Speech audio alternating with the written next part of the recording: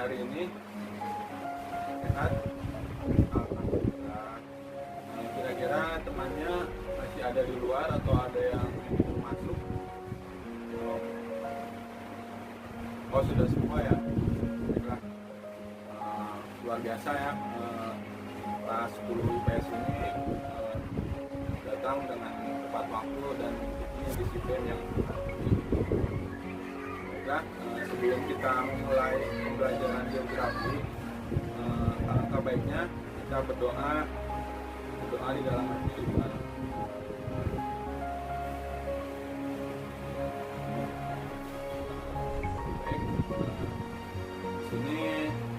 Bapak akan menjelaskan mengenai siklus hidrologi. Sebelumnya ada yang tahu siklus hidrologi itu apa? Ya, kamu? Ya, betul. Siklus hidrologi adalah sirkulasi air yang terjadi di atmosfer. Kemudian dari atmosfer itu kembali ke permukaan bumi. Nah, dari permukaan bumi itu kembali lagi ke atmosfer. Nah, itu dinamakan siklus hidrologi. Nah, siklus hidrologi ini terjadi ada beberapa proses di dalamnya. Yang pertama itu evaporasi. Ada yang tahu anak-anak evaporasi itu apa? Ya, betul kamu. Yang tahu evaporasi itu apa? Kamu? Ya, betul.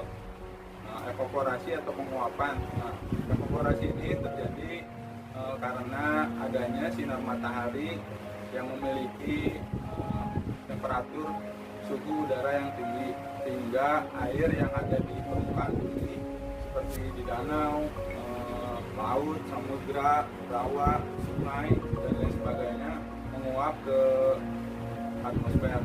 Nah, ini dinamakan evaporasi atau penguapan. Lalu yang kedua, transpirasi. Sama halnya dengan evaporasi, transpirasi ini berbeda. Yang membedakannya hanya pada objeknya. Kalau evaporasi itu terjadi di permukaan bumi, air yang ada di permukaan bumi seperti laut, danau, sungai dan lain sebagainya. Kalau transpirasi ini penguapannya terjadi pada makhluk hidup, baik itu tumbuhan, hewan maupun manusia. Sama jadi karena adanya penyinaran matahari, lalu uap atau air yang ada di makhluk hidup itu mengalami penguapan ke atmosfer. Lalu proses yang ketiga, evapotranspirasi. Nah, evapotranspirasi ini adalah gabungan dari evaporasi dan transpirasi. Nah, jadi seluruh air yang ada di permukaan bumi ini mengalami penguapan terjadi karena adanya temperatur suhu yang tinggi dan adanya sinar matahari yang berlangsung secara terus-menerus. Bisa dianalogikan siklus hidrologi ini seperti kalau kalian membuat atau memasak air. Nah, biasanya kan ada tuh di atas bubut itu biasanya ada butiran-butiran air. Nah, itu salah satu contoh dari siklus hidrologi. Nah, si apinya itu sebagai media pengantar panas atau meningkatkan suhu. Nah, si air yang ada di dalam itu mengalami penguapan, kemudian butiran-butiran air itu mengalami penguapan sehingga adanya butir-butir air yang ada di atap-atap panci tersebut. Keempat adalah kondensasi, adalah proses terjadinya atau pembentukan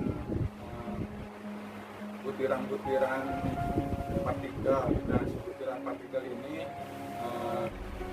satu persatu bergabung, kemudian partikel ini menjadi gumpalan awan.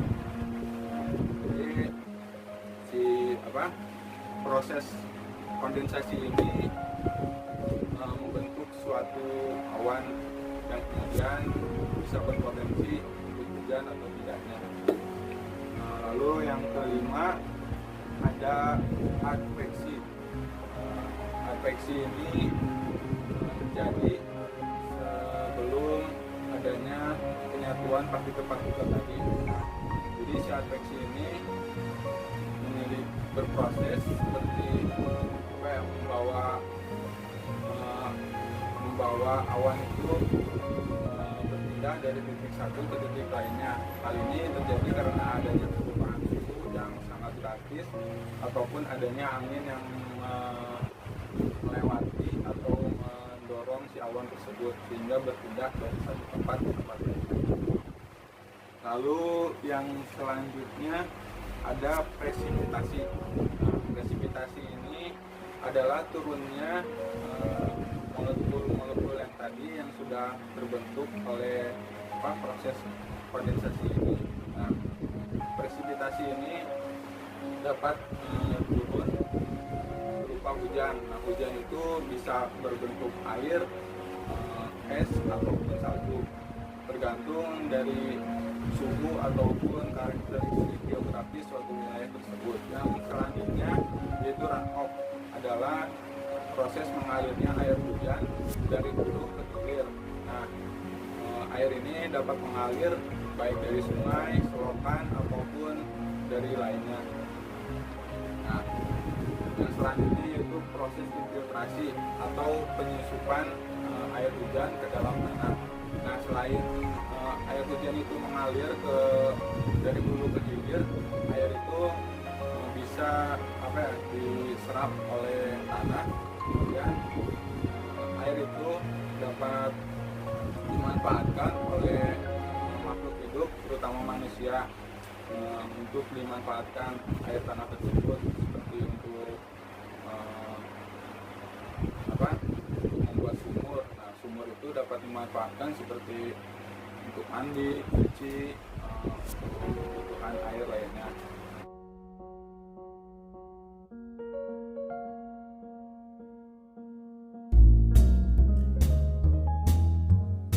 Awan itu kalau dipikir enak banget, selalu ada di atas kita buat nutupin panas terik matahari Indonesia. Tahu sendiri kayak gimana. Tapi gimana awan itu bisa ada di sana? Gimana caranya awan bisa terbentuk? Nah, untuk memahami gimana caranya awan itu terbentuk, coba perhatiin deh apa yang terjadi ketika air dalam pancing tertutup dipanaskan di atas kompor. Airnya bakal mendidih.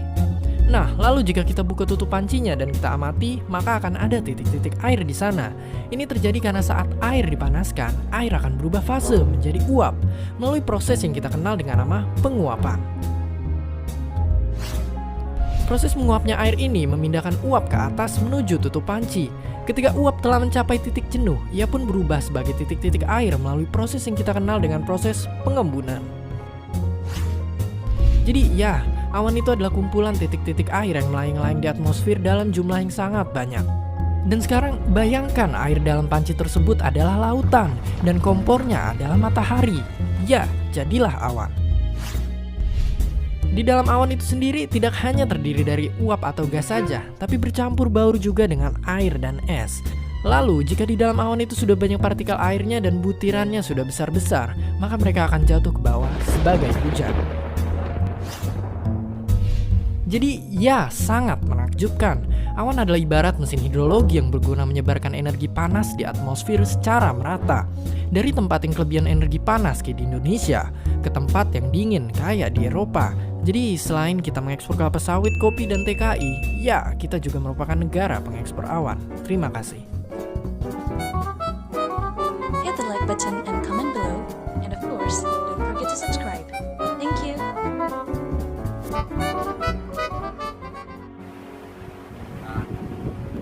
Sampai di sini ada yang ingin ditanyakan?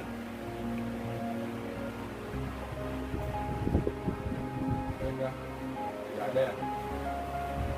Bapak akan lanjutkan ke materi selanjutnya, yaitu macam-macam siklus hidrologi. Nah, siklus hidrologi itu terbagi menjadi 3 bagian. Yang pertama itu siklus hidrologi pendek. Nah, siklus hidrologi pendek ini terjadi penguapannya itu tidak terlalu maksimal. Jadi tidak adanya proses adveksi. Adveksi ini karena sinar matahari yang diterima itu kurang, sehingga sehingga awan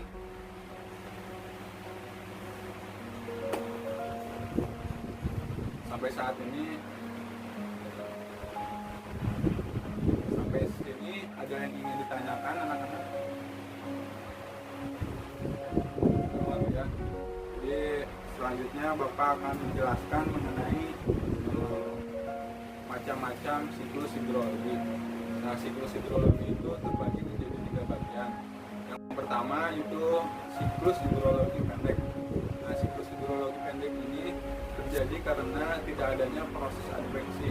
Nah, jadi si air hujan itu turun namun tidak sampai ke permukaan darat. Nah, jadi si hujan itu turun hanya di sampai permukaan laut saja. Nah, makanya itu dinamakan siklus hidrologi pendek karena jangkauannya itu relatif pendek, tidak sampai darat. Lalu yang kedua siklus hidrologi sedang. Nah, siklus hidrologi sedang ini terjadi di sebagian besar wilayah tropis, terutama di Indonesia. Hidrologi sedang ini terjadi karena adanya proses tadi ya, yang tadi yang 8 proses itu yang Bapak sebutkan. Nah, jadi si air hujan itu, si awan itu membawa partikel-partikel, kemudian awan itu bawa angin. Nah, lalu si awan itu mengalami proses presipitasi. Presipitasi ini turun hingga permukaan darat. Nah, makanya siklus ini dinamai siklus hidrologi sedang. Selanjutnya siklus hidrologi panjang. Nah, siklus hidrologi panjang ini biasanya ditemui di negara-negara yang memiliki iklim subtropis. Kenapa? Karena bisa dilihat dari kondisi geografis, temperatur udara, dan kondisi alam lainnya, sehingga siklus hidrologi ini jadi membawa partikel-partikel, tidak hanya hujan air saja yang terjadi di siklus hidrologi panjang ini, bisa berbentuk air, berbentuk es, bahkan berbentuk salju. Nah, mungkin sekian penjelasan dari Bapak. Kurang lebihnya mohon maaf. Wassalamualaikum warahmatullahi wabarakatuh. Selanjutnya Bapak akan memberikan tugas pada kalian. Silakan kalian membuat gambar siklus hidrologi sedang. Kemudian kalian gambar sekreatif